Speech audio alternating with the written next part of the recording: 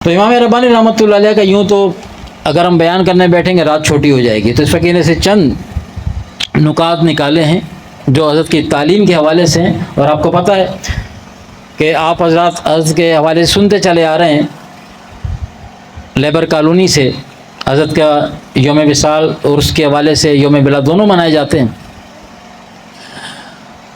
تو اکبر بادشاہ کے حوالے سے آپ سنتے چلے آئے کہ اکبر بادشاہ کے ساتھ کیا معاملات چلے ہیں،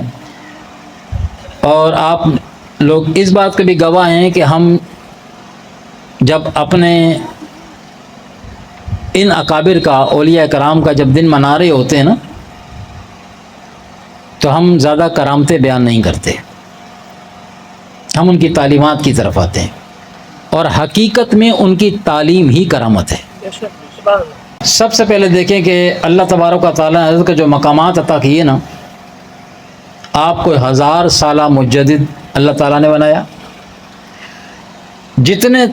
آپ کو مقامات عطا ہوئے ہیں اس کے متعلق حضرت شاہ فرماتے ہیں، ہماری توجہ دلاتے ہیں کہ مجھے یہ مقامات جو ملے کیوں ہیں؟ مجھے اللہ نے جو نوازا ہے نا، مجھے اپنا اتنا قرب عطا کیا ہے اولیاء کرام کے اندر، فرمایا کہ مجھے جو عطا ہوا ہے وہ اللہ پاک جل شانہ کا فضل و کرم ہے۔ اپنی بات کی بات نہیں کر رہے، اپنے عمل کی بات نہیں کر رہے، حالانکہ عمل بہت تعلیم ہے یہ، کہ اللہ کا فضل و کرم اگر نہ ہو تو عمل کیسے ہوگا؟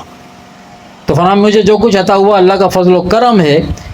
جس کا سبب، اب یہ اللہ کا فضل و کرم ہونے کا سبب فرماتے ہیں وہ کیا ہے؟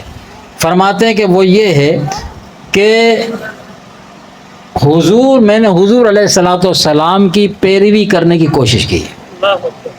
اللہ کے محبوب کی اتباع کرنے کی کوشش کی ہے، جس کے باعث اللہ کا فضل و کرم ہوا اور اللہ تبارک و تعالیٰ نے مجھے مقامات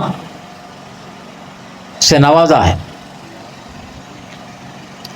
فرمایا کہ ایک دن پیشاب کے غلبے کی وجہ سے جلدی میں واش روم کی طرف چلا گیا، اچانک دوات کی سیاہی کا نشان انگوٹھے پہ لگا نظر آ گیا۔ واش روم میں چلے گئے تھے آپ، پہلے کیا ہوتا تھا، اب تو خیر وہ انک والے پین آ گئے نا، پہلے وہ سیاہی میں ڈبو کے لکھتے تھے، اور اس کی نوک کو جو زیادہ اس پہ سیاہی آ جاتی تھی تو وہ ناخن پہ اس کو